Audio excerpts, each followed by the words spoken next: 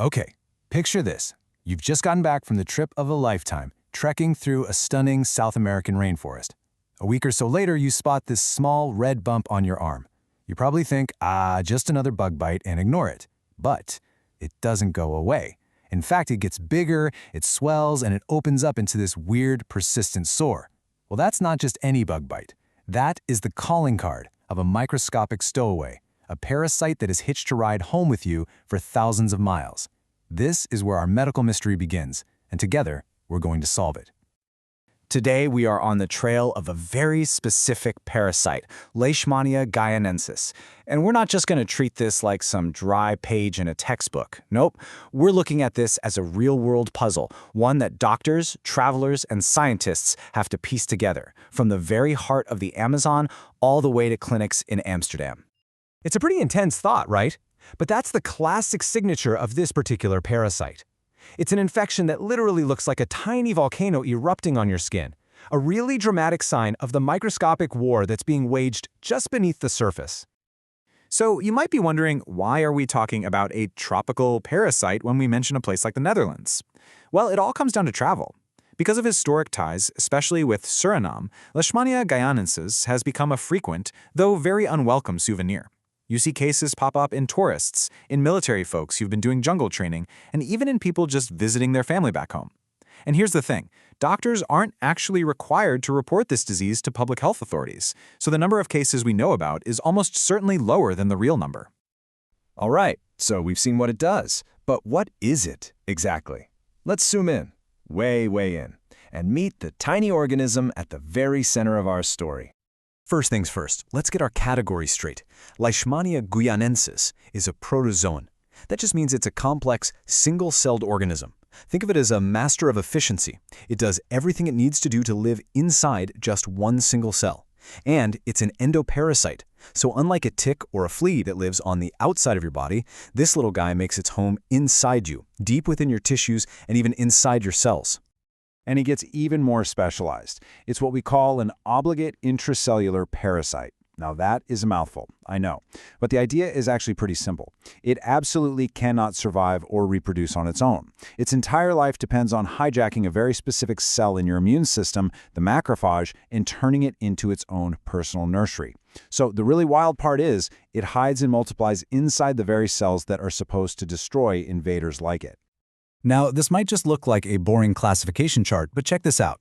If you follow its family tree all the way down, you'll see it belongs to the subgenus Viania. And trust me, that's not just some random detail for scientists. As you're about to see, being part of the Viania group dictates a really specific and really important part of its life cycle. You know, every great villain has a complicated backstory. And for Leishmania guyanensis, it's a tale of two different hosts. This parasite leads a truly fascinating double life, constantly changing its form as it bounces between an insect and a mammal. Okay, let's trace this incredible journey. Follow along on the diagram with me. It all starts with the sandfly. When an infected sandfly bites you, it injects the parasite in its first form, a wiggly, swinning stage called a promastogote. Now look at what happens inside the human. Our immune cells, these macrophages, see these invaders, and they gobble them up. But here's the genius part. Instead of getting destroyed, the parasites transform. They turn into a non-moving stage called an amastogote and basically turn that macrophage into a parasite factory, multiplying like crazy where they're safe. Eventually, the cell just bursts open, releasing a whole new army of parasites to infect more cells. The cycle is then ready to start all over again when a brand new, clean sandfly bites this person, drinks up the infected blood, and the whole process kicks off inside the fly. So for this whole drama to unfold, you need three key players on the stage. First up, you've got the vector, this tiny little phlebotomine sandfly, which basically acts as the getaway driver. Second, you have the reservoir host. This is where the parasite lives long-term. And for Leishmania guyanensis, that's usually the two-toed sloth. And third, well, there's the accidental host. That's us. We're not actually part of its natural plan, but when we wander into the rainforest, we kind of stumble into the middle of their cycle and become an unfortunate destination. All right, let's switch gears and head to the clinic. When a traveler comes back with that suspicious-looking volcanic sore, how do doctors actually figure out what's going on? How do they confirm that they're dealing with this specific microscopic intruder? Well, the first clues are written right there on the skin. The classic sign is that volcanic ulcer we've been talking about, with a hard raised edge and a crater in the center. But Leishmania guyanensis often adds its own little signature twist. It can create smaller satellite lesions around the main one, or even a chain of sores that spread out along the body's lymphatic channels.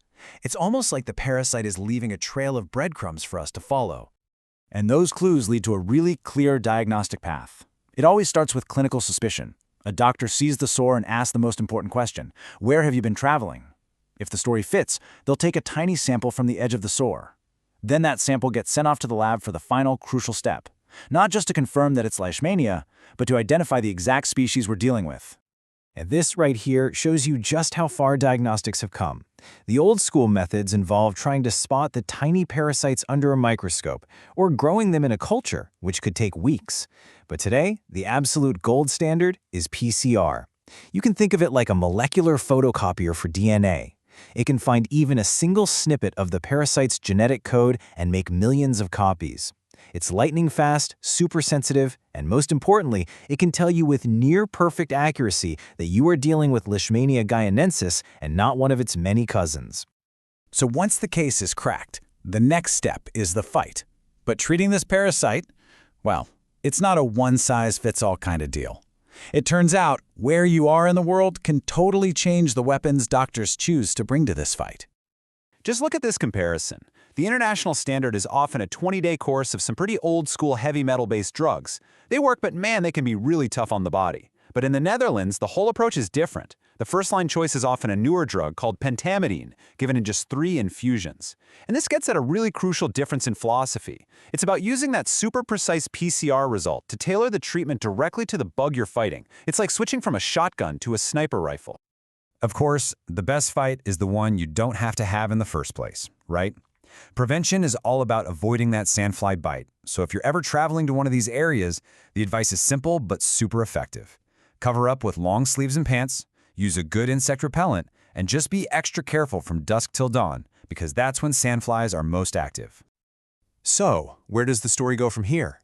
Well, the battle against this parasite is always evolving, and some really recent discoveries are adding incredible new layers of complexity to how we understand this disease. Get ready for a major plot twist. It turns out, sometimes, the parasite isn't acting alone. A really groundbreaking discovery has found that some strains of Leishmania guyanensis are themselves infected with their own virus. It's called Leishmania RNA virus 1, or LRV1, a parasite with its own virus. How wild is that? And this isn't just a fun fact. The presence of this virus can make the disease much, much worse. When our immune system detects the virus living inside the parasite, it just freaks out and launches this massive, over-the-top inflammatory response. But instead of killing the parasite, all that chaos seems to act like a smokescreen, actually helping the parasite to survive, spread, and even resist treatment. It's this incredible three-way interaction between a virus, a parasite, and us. Now, keeping up with these kinds of complex discoveries is a huge effort. We put this explainer together using a Gemini deep search. And if this story has piqued your interest, we've gathered all of our research for you. You can dive in and explore all the sources yourself in the linked NotebookLM document. Leishmania guyanensis is just one of countless hidden organisms out there with these incredible stories. Its journey from a sloth in the Amazon to a clinic in Europe really shows just how connected our world is. So what other microscopic mysteries do you think are out there, just waiting for us to unravel them? We really want to know what you're curious about. Let us know in the comments. What medical mystery or fascinating parasite should we dive into next? And if you enjoyed this little microscopic detective journey, please subscribe for more explainers just like it. Thanks so much for watching.